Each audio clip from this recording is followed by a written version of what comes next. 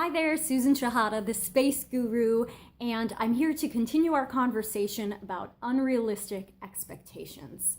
So the biggest place where I see this manifest is in our perception of how long we think things take us to do around our house. So how long we think projects should take and how long projects actually take.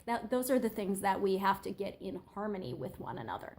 So if I were to ask you how long it takes you to run a 5K, most of you would not be able to answer that. Probably some of you would be able to answer that. And those of you who could answer that are likely people who have run a 5K before. So my point is, in order for us to actually understand how long projects take, we have to normally have some experience doing the project. That's the only way we know. So in order for you to track that kind of stuff with your space, the bad news is you actually have to show up and do the work.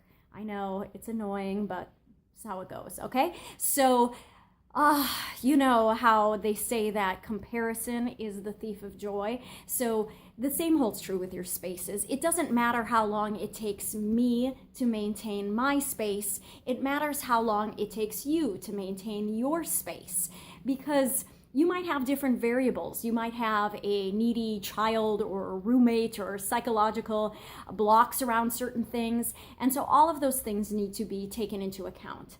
And the reason why it's important for you to know how much time it actually takes to do things is because in order for you to block the appropriate amount of time into your life in order to maintain your space, you have to understand how long things actually take. Because one of the biggest problems I see is people are not leaving enough time in their lives for the general maintenance of their homes. And so then we're always working backwards, which is why we feel so frustrated and overwhelmed. So in order for us to not be working backwards, we need to allot enough time into our life for the amount of time that it actually takes to do the actual things we need to get done.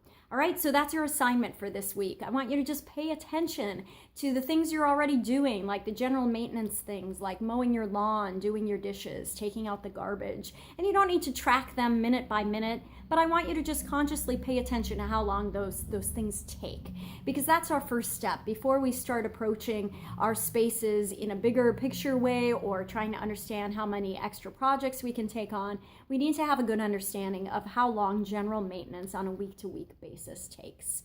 More soon, and if you want to find me in the meantime, I'm at susanshehata.com.